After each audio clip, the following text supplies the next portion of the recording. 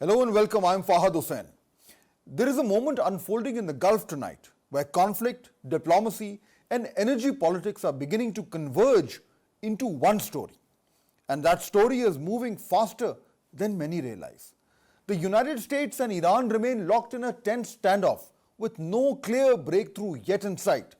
Tehran has suggested it could reopen the Strait of Hormuz, but only if pressure on it is eased, while Washington continues to maintain its position, signaling that any de-escalation will come on its own terms. So what we are seeing is not quite war, but it is certainly not peace either. And in that space in between, the global oil market has begun to shift in ways that could have long-term consequences. Oil prices have already reacted. Shipping through the Strait of Hormuz, which is one of the most critical energy arteries in the world, remains constrained. And at points during this crisis, production itself has been affected not by choice, but simply by the inability to move oil out of the region. This is no longer just a geopolitical standoff. It is an energy shock unfolding in real time. And in the middle of that, this shock comes a development that could reshape the internal balance of power in the Gulf. The UAE has decided to leave OPEC. Now, in another moment, this might have been seen as a technical move. But in the current environment, it carries political weight. Because for decades, OPEC, led by Saudi Arabia, has been the anchor of stability in global oil markets. When crisis hit, it was this leadership that stepped in to steady supply, to calm markets, and to prevent shocks from spiraling out of control.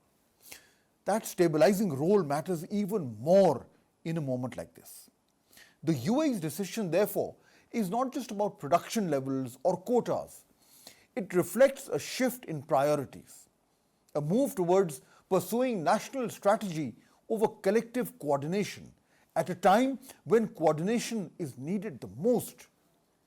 And that inevitably places greater responsibility on Saudi Arabia, which remains the central pillar of OPEC, to hold the system together and maintain some degree of balance in an increasingly volatile market. Because the reality tonight is this: the Gulf is not just dealing with external pressure from conflict, it is also navigating internal divergence. And in moments like these, leadership really matters. So the question tonight is not just what happens between Washington and Tehran, it is what happens within the Gulf itself. Whether the region continues to act with a degree of coordination or begins to move in different directions at a time when the global market is already under strain. On the surface, the story is about stalled diplomacy. But beneath that, a second story is taking shape. A test of whether the system that once helped stabilize oil markets, which was of course anchored by Saudi leadership, can continue to hold even as pressures mount from both inside and outside. And that is what we are going to focus on tonight. Not just the conflict itself, but the consequences of that conflict for oil, for the Gulf, and for countries like ours that depend on stability in both. And a little later in the show, I will take you through this in detail, what the UAE's exit from OPEC really means, how it changes the balance inside the group, and why it could mark a turning point in how global oil markets are shaped going forward. So let's start.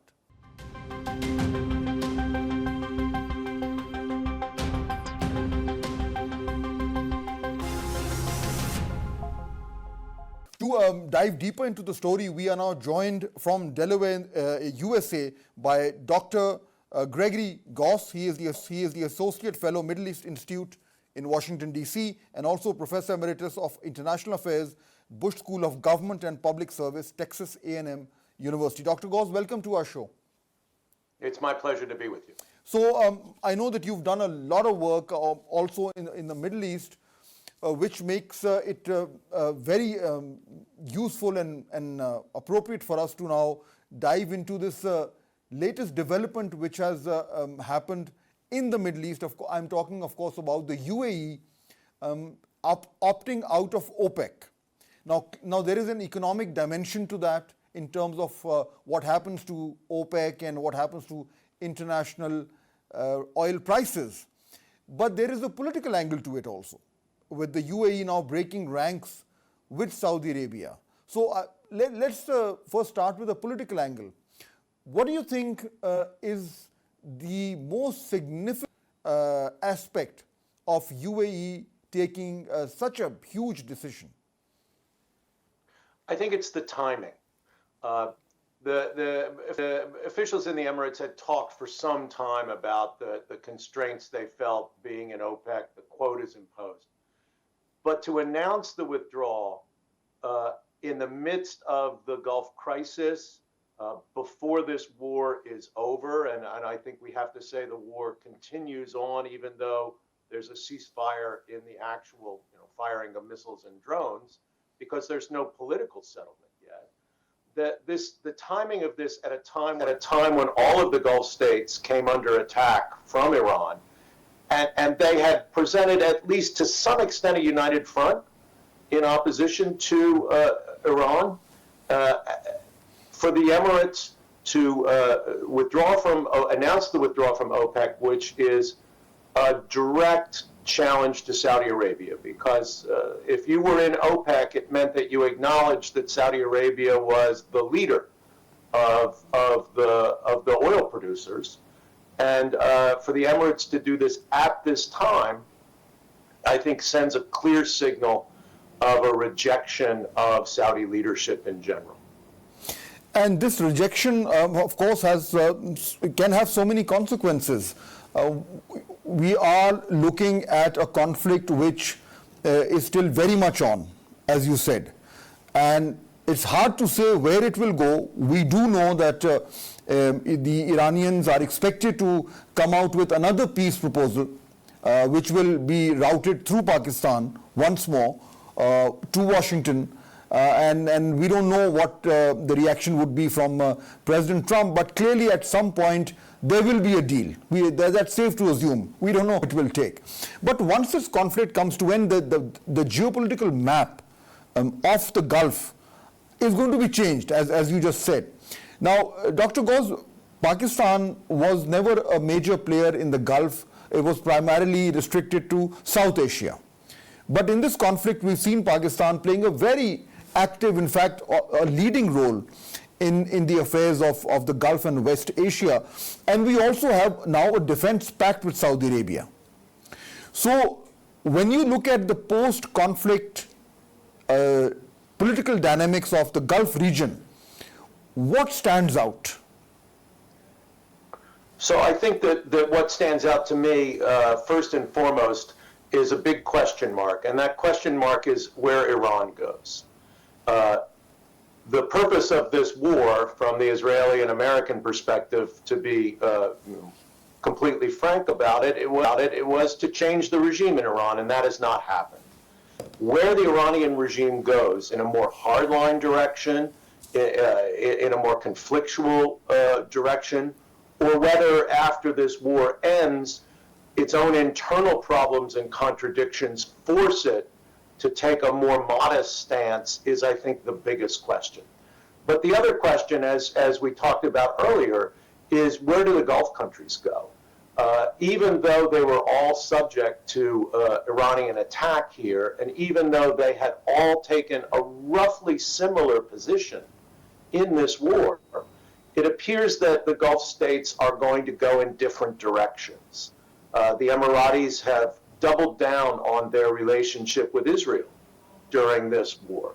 The Saudis never joined the Abraham Accords and have been reluctant in recent years as a result of the Gaza war and Israeli involvement in Lebanon and Syria to move toward the Israelis. You have the Omanis keeping a very open channel to Iran, whereas the Emirates and Bahrain very critical of Iran. And it does seem like whatever unity there was in the Gulf in confronting this war is beginning to fragment. This fragmentation is already happening, as you said, and most likely it will solidify once the conflict ends, and we'll have very clear blocks, and those blocks will have their own perceptions or own policies of their security architecture, and that's going to be a big, huge change happening there. Of course, as you said, Iran will play a major role depending on what shape it takes, and as far as we can see, Iran is holding out very well and forcing the Americans to try and find some sort of a compromise. Talking about peace at this stage, I'll circle back to the Gulf politics, Dr. Gause. Speaking about where we are right now and where you are in the US, the impact of the war is currently being felt at the gas station. But is that enough for the White House to try and speed up this deal making? Or do you think they will play for time and feel that time is actually on their side and not on Iran's side? So I think it's difficult to anticipate what the United States is going to do, because the decision-making here is all in the hands of one person, and that's President Trump. And he has played this whole crisis as a day-to-day improvisation. I don't think that there's a long-term strategy here. I think that once the initial attacks from Israel and the U.S. failed to achieve regime change or surrender from Iran, it became really, as I said, an improvisation, a day-to-day experiment for President Trump. I think that in general, the political forces here are pushing for an earlier rather than a later end to this crisis. Anything that gets energy moving out of the Gulf would help President Trump as he and his party face midterm elections in November that at least the polls say are not looking good for them. So I think that there is pressure politically for a quick solution on the Strait of Hormuz, but President Trump is he will do whatever he thinks is best for him day to day, and that could change in a moment. Of course, we are reading reports that he's telling the military high command to prepare for a very long blockade of the Strait of Hormuz, and that could possibly work in terms of putting pressure on Iran. But we also see that Iran is now ready to absorb a lot of pain, and it is also an existential crisis for them, at least for the regime. So when it comes to who can absorb the pain, it seems like the Americans may once again be in for a surprise. I think you put your finger on the issue, and that is that for the Iranian regime, this is an existential crisis.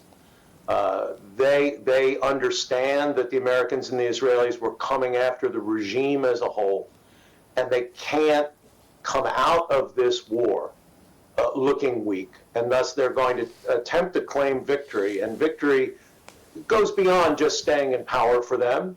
They have to be able to say that they've bested the United States, and so that will give them an enormous incentive, despite the pain that this war is and this blockade is causing for the Iranian economy and the Iranian people.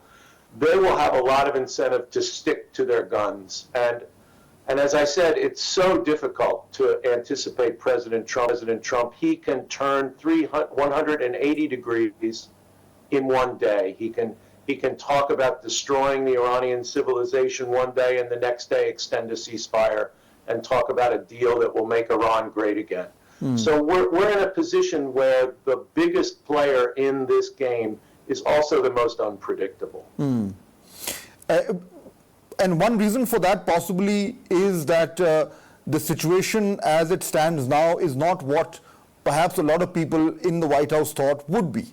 There's a lack of planning. We've seen stories reported in papers like the New York Times about how what the planning that went into, or the assumptions that went into the planning for this war, and many of them have turned out to be rather inaccurate. And the fact that the whole perception of the US providing a security umbrella to the Gulf states is now also under question, which basically now brings me back to where we started from, Dr. Gause. When we're looking at the security architecture of the Gulf in the coming days, and a demand of obviously from Iran that the US its bases, which obviously is not realistic, but the fact that a lot of Gulf countries now realize that the US bases turned out to be more of a liability than a source of protection. And of course we've talked about the UAE also breaking ranks with Saudi Arabia. So are we looking at a fragmented security architecture in the Gulf, with Americans playing a role to an extent, but not as large as it was before the conflict, the Chinese and the Russians coming in to fill in the vacuum, and countries like Pakistan, who've already had a defense pact with the Saudi Arabia, and maybe other countries there are also exploring similar things. So basically, are we looking at a fragmented kind of a security architecture which would be very different from what it was before the war started? I don't think very different. All the Gulf countries, including Saudi Arabia, are caught in a vice. They're caught in a difficult situation. They really don't have an alternative to the American security link. The Chinese are not willing to provide that kind of defense support. The Russians, I don't believe, can provide that.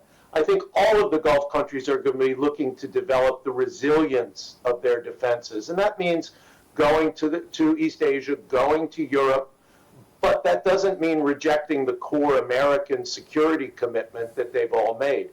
And to some extent, at least on the technological side, the air defense systems in the Gulf states worked pretty well. Well over 90% of the Iranian missiles and drones were intercepted. That not perfect, and there was serious damage in some of the Gulf states. But I don't think that the bases were the reason that Iran targeted the Gulf states. They targeted every Gulf state, whether there were American troops there or not. They targeted civilian infrastructure, energy infrastructure. The Iranian strategy here was to cause maximum pain in an effort to put global pressure on the U.S. to end the war. And so I don't think that any of the Gulf states are going to completely reject the American military presence, and the Emiratis have already said that they're going to increase their ties to the United States and to Israel. So I think that what we'll see in the longer run is an effort by all the Gulf states to develop, if you will, secondary backup defense strategies that could involve regional states like Pakistan, that could involve China, that could involve East Asian states, and could involve the European Union states. But I don't think that means a move away from the United States. What kind of a grouping are we looking at, Dr. Gause, when this happens? And I say that in the context of the very important role played by middle power. I mentioned Pakistan, of course, in terms of the diplomatic role that it played and continues to play. We also know that countries like Turkey and Egypt have played very key roles in all of this. They are big countries, powerful and influential countries in the region. Saudi Arabia, of course, remains amongst the Gulf countries the largest and by far the richest country. So, and UAE breaking away from this Saudi alliance. So what kind of groupings are we looking at? We know that the UAE is now drawing closer to Israel and to the US. So how does this region then divide into various power blocks?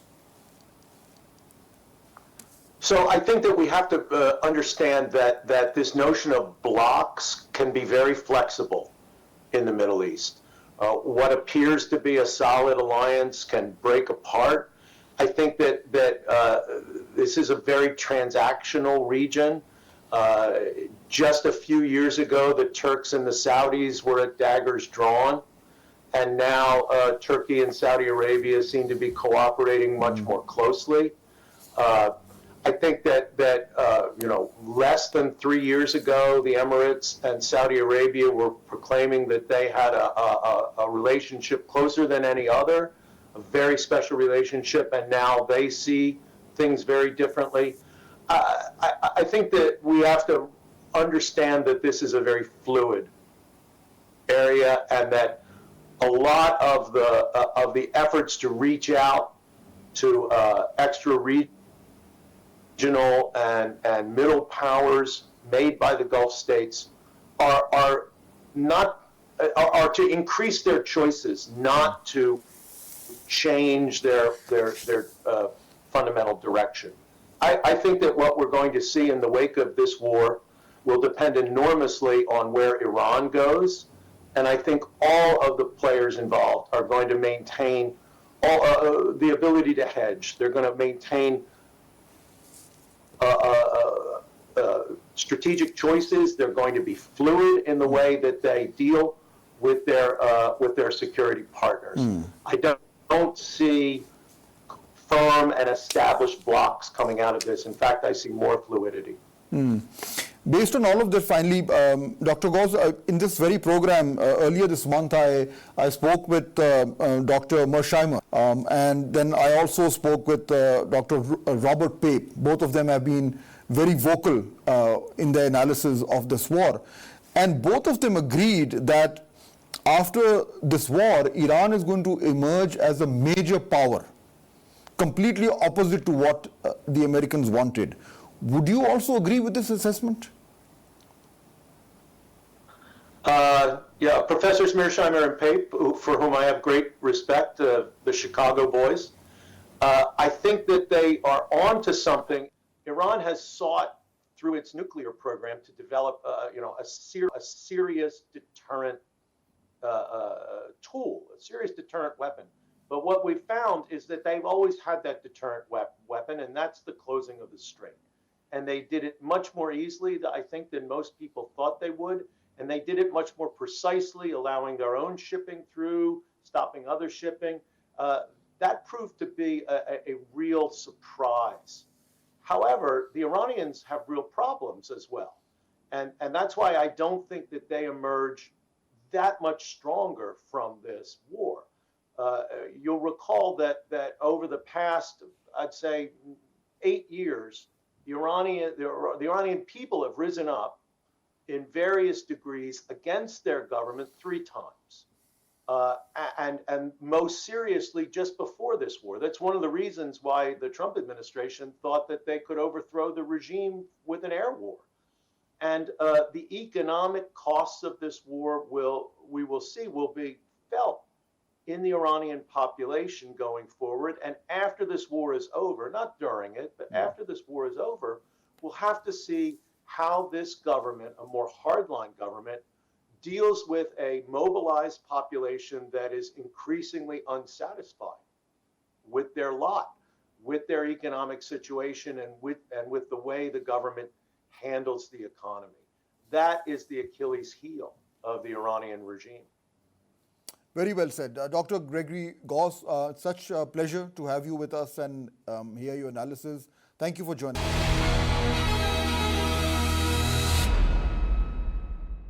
What we are seeing in this conflict is no longer just a direct standoff between the US and Iran. It is beginning to draw in a wider Eurasian dimension where major powers are shaping the outcome without necessarily being on the battlefield. Russia, for instance, has strengthened its coordination with Tehran, providing diplomatic backing and intelligence support while also benefiting from higher oil prices that are boosting its own revenues. China, on the other hand, has taken a more cautious but equally strategic approach. It has deep economic ties with Iran, remains a major buyer of its oil, and is quietly positioning itself as a voice for de-escalation, even as it protects its own energy and trade interests. So what begins to emerge is a broader picture, one that fits into what many analysts describe as a more multipolar world, where the US is no longer the only decisive actor, and where countries like Russia and China are shaping outcomes in more subtle but equally consequential ways. To help us understand the Eurasian dimension, how Russia, China, and the wider region, we are joined by a very special guest today. Dr. Mher Sahakyan is a senior researcher and director at the China Eurasia Council for Political and Strategic Research. and he is also the editor of a book on Eurasian international relations. I'm very grateful. Thank you so much for joining us today, sir. Thank you for invitation. It is my honor to join your show. So we are talking about this conflict between Iran and the USA, and it is now at a very delicate stage where we are being told that the US is waiting for another proposal, peace proposal from Iran. And in the meantime, there's another big development. The UAE has also now left the OPEC. So these are big developments that are happening there. Yesterday I was speaking about, I had a very important guest with me, and I was speaking about how Russia is playing a role in this conflict. With your area of expertise, I would like to delve a little deeper into the role of China and Russia in this conflict. At the stage that we are in right now, what kind of a role do you think are these two major powers playing, and do you think that they would be pushing Iran for a deal with America sooner rather than later? Thank you for your very interesting question. I think these two powers, which are located in the Russian continent, have their own play in Iran and, of course, in the Persian Gulf region. So China is very interested in this region because it is a huge market for Chinese goods, and of course, China is also buying its energy resources from this region. So China is very interested that the Hormuz be opened, and it is very interested to stability in the region because of this war. It is of course losing money because it cannot access to its markets in Arabic states, also in Iran. But of course, on the other hand, China is not very dependent only on Persian Gulf regions oil and gas. So it has also Russia, it has also Central Asia, from where it is buying energy resources. But of course, China will be much more interested in stability and in the end of war, because China is a power which is getting its capabilities from peacetime, for economics, for trade. And if we are speaking about Russia, Russia is trying to play a role of mediator as well. It is, of course, it proposes to the United States and Iran. For Russia, this war is like a present, because now West have to send its armaments to Israel and concentrate against Iran, and for this reason they will send less weapons to Ukrainian war. So for Russia it is also good because it will sell much more energy resources towards China, towards our markets. This is the situation. Now, I want you to help us understand this situation, which to me is getting very unpredictable because of the way that this conflict is unfolding. So, for example, we know that the Straits of Hormuz, whenever it opens, the situation is not going to be the same. The oil market has been disrupted.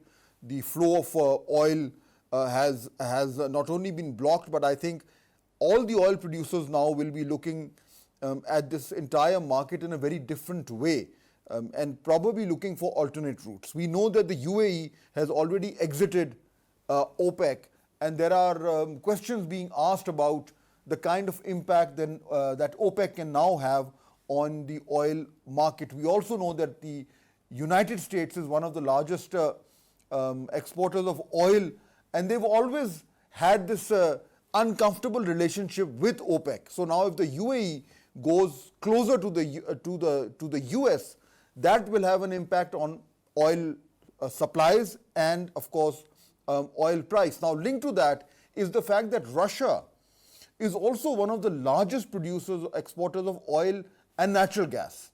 So, and it is also part of the OPEC Plus with Saudi Arabia. So, based on all of these very mega changes happening, what kind of an oil market do you see after this conflict ends, and which countries are going to be major players in this new market that may emerge? I agree with you that this war will harm energy market, and we can see that even in the US, which has huge energy production, the price is not the same. Even in China, if China has stocked a lot of oil, so the price is going up, having its economic influence. But of course, I think that from this situation, the United States will get more, because we will remember when President Trump came to power, his understanding was that the United States will stand the main energy supplier of the world. So this is opening the door for the United States to send its oil and liquid gas to Europe, to our territories. And of course, it is opening a way for Russia and Russian oil and gas as well. But of course, the United States could close the doors for Russia towards Western markets. So I think that the United States will get the huge benefit from this. And of course, they are connected to the world's economics, and now they have these higher prices in the energy markets in the United States. But maybe in the future they will also make some kind of moves to reduce their connection with the world energy markets, and the price will go down for them. But of course, they will stand the main exporter.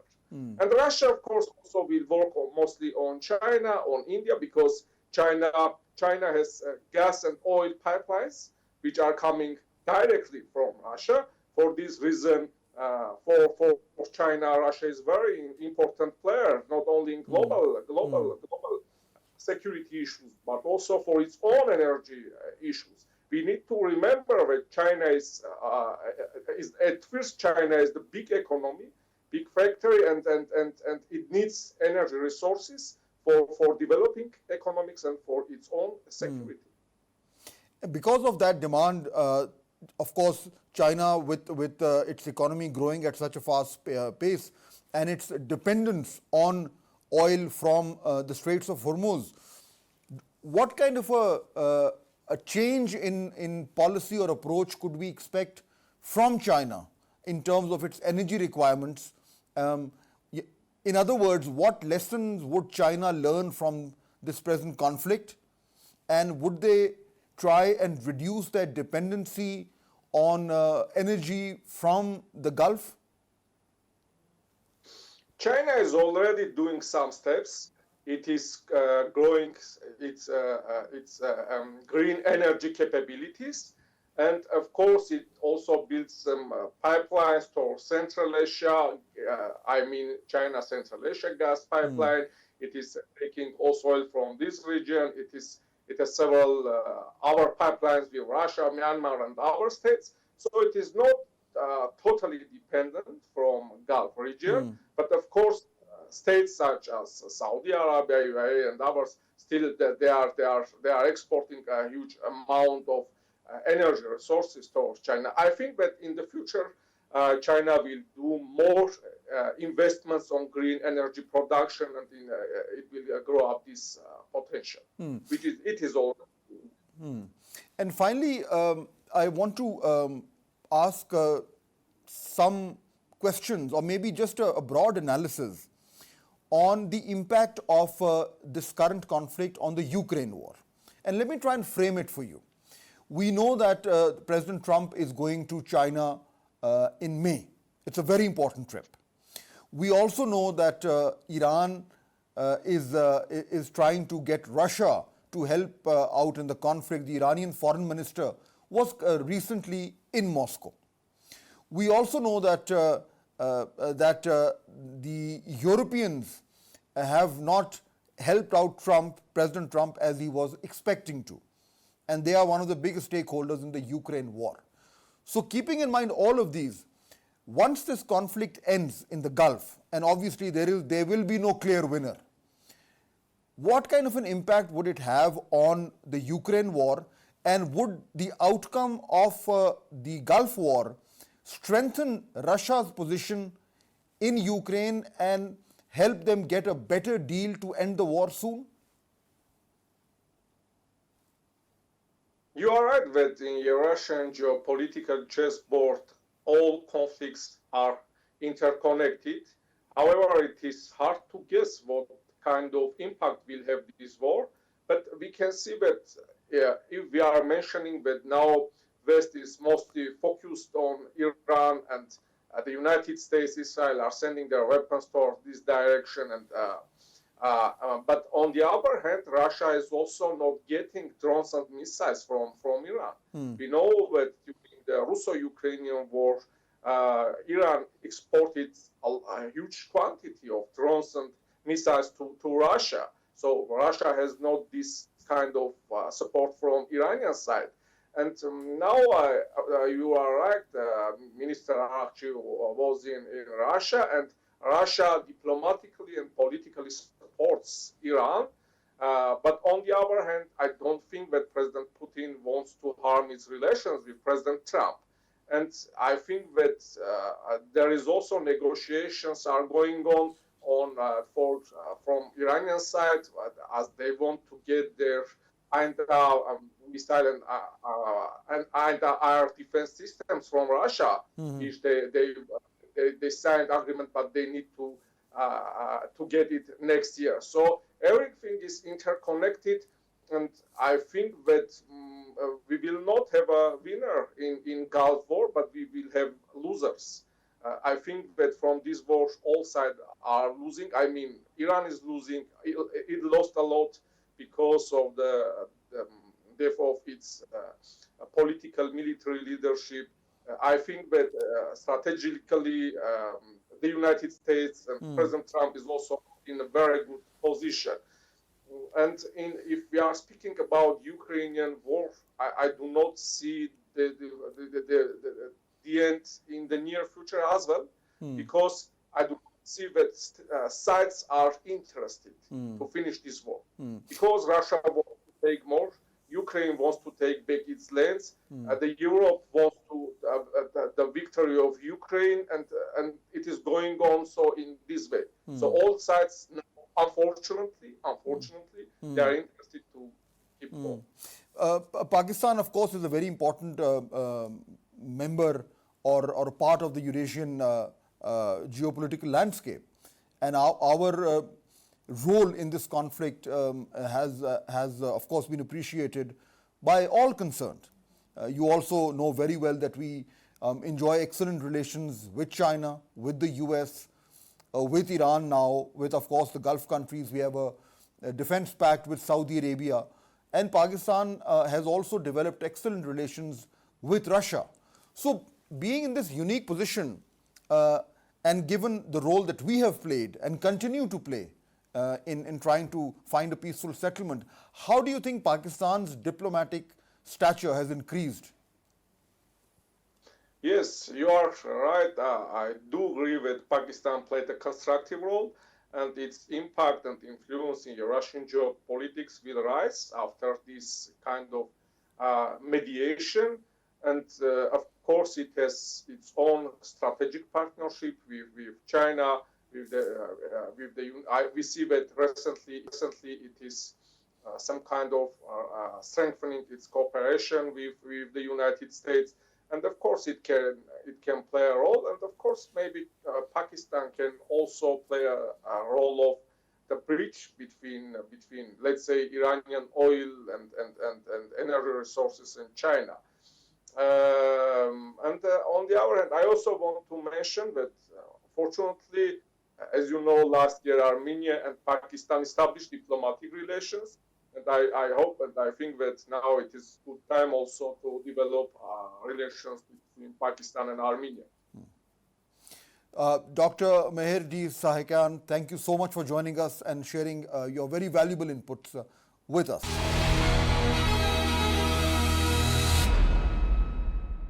There is a major shift underway in the global oil markets tonight, and it may not look dramatic at first glance, but it has consequences that will travel far beyond the Gulf and land directly in economies like ours.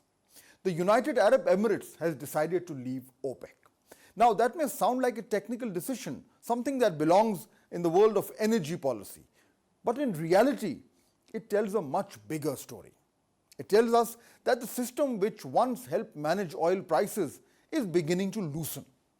And when that system weakens, the market becomes harder to control. For decades, OPEC has worked on a very simple idea. A group of major oil producing countries would come together and decide how much oil to produce. And by adjusting supply, they could influence prices. Less oil meant higher prices, more oil meant lower prices. It was not perfect control, but it brought a degree of stability to the market. This is the map of the countries who are currently in the OPEC, and as you can see that they are a combination of big countries, important players like Saudi Arabia, Iran and Iraq, and some smaller oil producing countries. Also, the composition of the OPEC has continued to change over time, which I will discuss shortly. Now, this is what the system looked like, a group of producers spread across the world, but heavily concentrated in the Gulf, acting together to influence global supply. Now, for example, this slide tells you exactly what kind of control we are talking about. The main objective of OPEC was, of course, to ensure that with the control over the supply of oil, they could ensure stable prices or profitable prices, however we want to look at it. It was originally founded in the 1960s, and currently it controls about 30% of the global oil supply. This has also changed quite a bit from where it was, and that is something that we will, of course, talk about shortly. Now, as I said, that the OPEC was created in 1960 to exactly do what I talked about: coordinate production, stabilize prices, and give producers control over the market. There was a time when it controlled more than half of the world's oil supply. Today, that share has slipped much closer to what I just mentioned to you, about 30%, and even that influence is now under pressure. So, even before today's development, the system was already changing. The UAE's exit has to be seen in that particular context. This is not a marginal player who is walking away. This is one of the countries, one of the few countries with significant spare capacity, capable of pushing output close to 5 million barrels a day. But for years, this was constrained by OPEC quotas. Now, for example, if you look at this, this is currently what the UAE was producing, 3.3 million barrels per day with the quotas that it had. The full capacity that UAE has is 4.8 million barrels per day capacity. But if you look at the production of the countries in the OPEC, the important countries, you can see how Saudi Arabia is by far the largest, then followed by Iraq, Iran, UAE, Kuwait, Nigeria, and Libya. So Saudi Arabia, of course, remains the most important player and the de facto leader of OPEC. Now, here's how it matters. The UAE produces over 3 million barrels a day, as I said, and the capacity which it has is much higher. That spare capacity is what gives OPEC its flexibility. So when a country like this steps away, it is not just leaving the group, it is in some ways taking that flexibility away with it. Or in simple terms, one of the key hands controlling the tap has now stepped away. But this is not just about one country. OPEC has been under strain for some time. Countries have left before, trust within the group has weakened, and there have been growing friction even among key members over production and long-term strategy. What you are left with now is a narrower group. Saudi Arabia is at the center, then Iran and Iraq are major players, and a number of small producers who rely on the group for collective strength. What you're seeing here is not just a smaller CPEC, it is also in some ways a more limited one. At the same time, the world around OPEC has changed also. The US is now the world's largest oil producer, and it is not part of OPEC. It does not follow quotas or coordinated decisions. Its production responds to market signals, to prices, to private investment. That means a large portion of global supply now sits outside any collective control. Then there is Russia. Russia works with OPEC through what is called OPEC Plus, which coordinates production levels instead of complying with strict quota levels. Therefore, it is not bound to any group commitments and discipline. It has its own strategic interests, and in the current environment, it has benefited from higher prices. So while it cooperates, it also operates independently. Now, put all of this together, and the picture becomes clear. Oil is no longer managed by a single group. It is influenced by multiple players, and each acting in their own interest. Now, add the current conflict in the Gulf to this already shifting landscape. The situation around Iran has disrupted one of the most critical energy routes in the world, the Strait of Hormuz. At one point during the crisis, production from key Gulf producers dropped sharply, not because they didn't want to produce, but because they could not move the oil. Pipelines to the Red Sea and to the Fujairah offer some relief, but they cannot replace the scale of maritime flows through Hormuz. So the market reacts instantly. Prices rise, shipping slows, insurance costs climb, and uncertainty spreads. In the past, OPEC could step in and try to stabilize the market.